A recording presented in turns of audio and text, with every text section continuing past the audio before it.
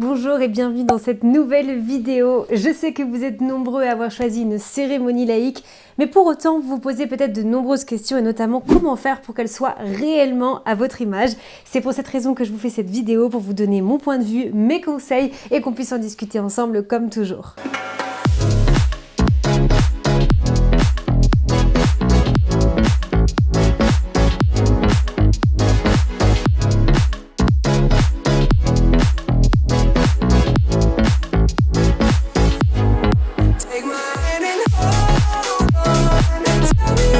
Très heureuse de vous retrouver dans cette nouvelle vidéo pour un sujet que j'adore, qui fait d'ailleurs énormément partie du coaching Comment organiser mon mariage de A à Z sans wedding planner. Ce sont les cérémonies laïques et aujourd'hui je vous en parle. Cette vidéo a été créée en collaboration avec Today's Me. Vous devez voir cette capsule que j'ai juste à côté de moi. Capsule temporelle qui est juste parfaite pour les cérémonies laïques, pour les rituels. On en reparlera un petit peu, mais globalement cette capsule temporelle a été créée 100% en France à partir de matériel recyclé. C'est une entreprise familiale et à l'intérieur de cette capsule, ce qui est absolument génial, c'est que vous allez pouvoir y enfermer plein de souvenirs pendant ou après votre mariage, comme vous le choisissez.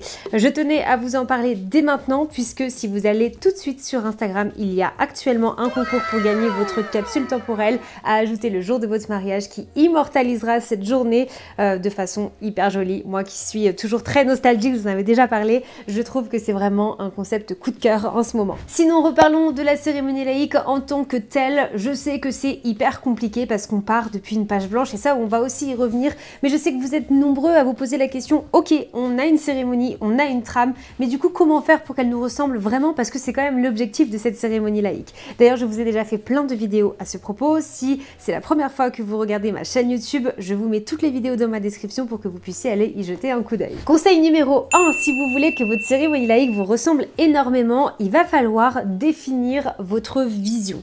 Vous posez la question en fait tout simplement de pourquoi est-ce qu'on organise une cérémonie laïque? Pourquoi est-ce que on décide de faire une cérémonie laïque plutôt qu'une cérémonie religieuse par exemple? Et c'est en répondant à ces questions que la page blanche, elle va commencer déjà à s'écrire et vous allez commencer à avoir quelques idées.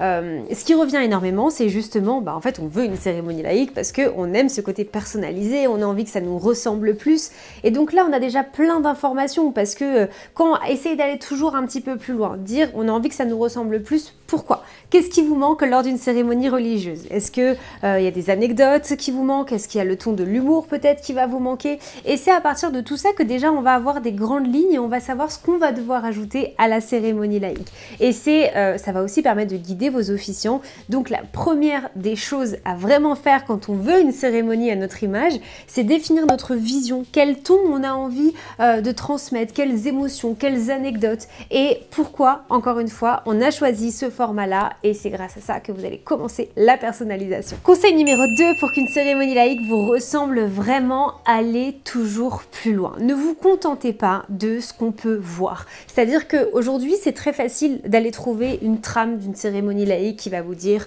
l'entrée des invités, entrée des mariés, bienvenue des officiants, portrait des mariés, histoire des mariés. Mais en fait, ça veut tout et rien dire. Et du coup, en suivant cette trame, vous vous enfermez encore dans une cérémonie type qui n'est pas forcément à votre image. Donc, inspirez-vous, mais ne copiez pas. Gardez toujours en tête d'avoir un mariage qui vous ressemble vraiment. Vous avez justement choisi ce concept et ce format de cérémonie qui vous permet de sortir des grandes lignes. Donc, ne tombez pas dans le piège de se dire, ok, vu qu'on n'a aucune idée de comment ça va se faire, on va copier et coller une trame. Non, vous la regardez cette trame-là et puis vous allez faire le point. Ça, j'aime, on laisse, ça j'adore, mais là il me manque quelque chose, je le rajoute. Là au contraire, ça j'en veux pas, je l'enlève. Et c'est vraiment comme ça que vous allez réussir petit à petit à construire une cérémonie qui vous ressemble vraiment.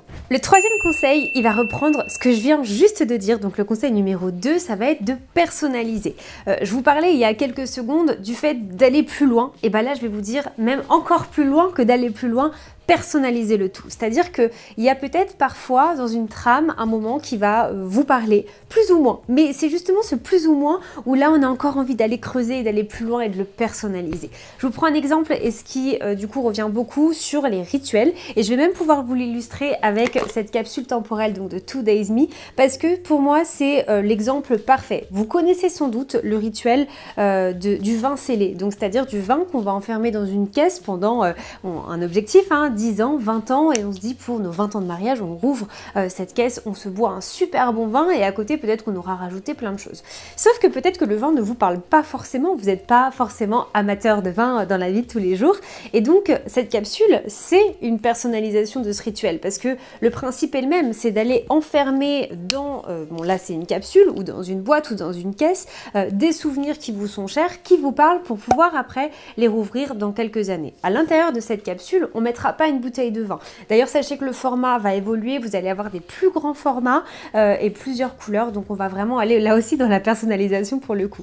Mais on ne va pas enfermer dans ce format-là, en tout cas, une caisse de vin. Mais par contre, on va pouvoir aller enfermer plein de choses.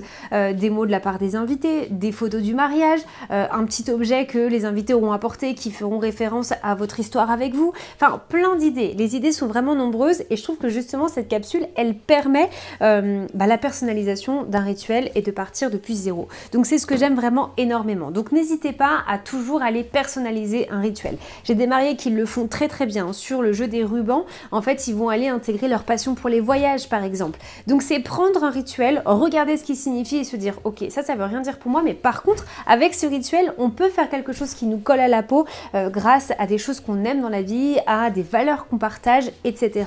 Donc sachez que c'est bien d'aller plus loin, mais en plus de tout ça, essayez de personnaliser votre cérémonie pour qu'elle ressemble vraiment à vous, à votre histoire, et c'est toujours de toute façon en faisant ça qu'on a les plus belles cérémonies. Conseil numéro 4, ouvrez-vous. Et ça, je pense que c'est vraiment hyper important aussi, et c'est pas facile, je le sais, parce que je le vois dans le coaching, j'accompagne certains futurs mariés dans leur cérémonie laïque, dans la confection de leur cérémonie laïque, et je sais que des fois c'est pas facile, mais c'est tellement important. Quand on parle d'une cérémonie qui est votre image, c'est une cérémonie qui est tournée autour de vous. Et le problème, c'est que les officiants, donc si c'est des proches, ils vous connaissent un petit peu, mais ils connaissent peut-être pas tout, et si c'est un professionnel, il va partir depuis zéro avec vous, depuis cette fameuse page blanche. Donc ils vont vous demander, si c'est des professionnels, des questionnaires où vous allez pouvoir répondre à plein d'anecdotes que vous avez partagées, votre histoire, comment vous êtes rencontrés, etc. Mais en fait, tout va dépendre de vous, c'est-à-dire que si vous répondez que quelques lignes, c'est pas la même chose que si vous répondez une page entière d'anecdotes, d'histoires, de sentiments, de ce que vous ressentez. Et c'est là où ça va être très important. N'ayez pas peur de vous ouvrir. N'ayez pas peur de partager des anecdotes parce que c'est qu'en vous ouvrant que vous allez pouvoir vraiment avoir une cérémonie qui vous ressemble. Autre conseil maintenant qui va plutôt être encore sur votre personnalité. On a beaucoup parlé du contenu pendant toute cette vidéo, mais moi j'ai envie de parler de tout le décor et tout ce qu'il y a autour, de comment vous allez la présenter, du format, d'où on va être assis, etc. Faites en sorte que votre cérémonie, elle vous ressemble jusqu'au bout. Ne prenez pas une arche parce qu'on voit des arches de partout et peut-être que ça ne vous parle pas.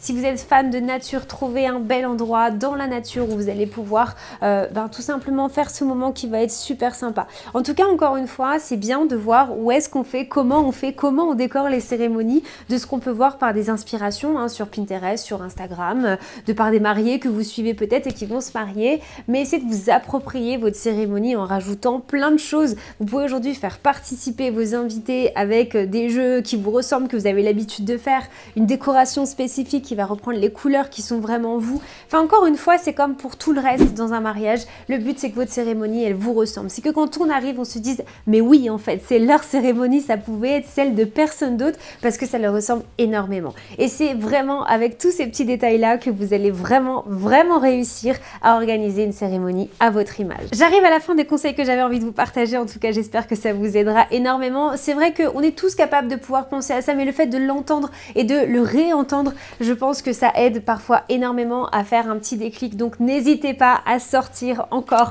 de toutes ces règles que vous allez voir. Les règles, ce sont les vôtres, ce sont vous qui pouvez tout simplement les créer, les imaginer et les mettre en place pour votre mariage. Je vous rappelle que pour personnaliser encore plus votre cérémonie et avoir de super souvenirs de votre mariage, vous pouvez gagner cette capsule temporelle. Je vous mets le lien sur le concours Instagram, je vous le mets dans ma description, n'hésitez pas à aller participer, c'est vraiment un super souvenir et moi j'ai hâte de le faire avec plein de petites choses que j'ai aussi de mon mariage. En tout cas, un immense merci de m'avoir suivi une fois de plus et je vous dis à la semaine prochaine pour une prochaine vidéo.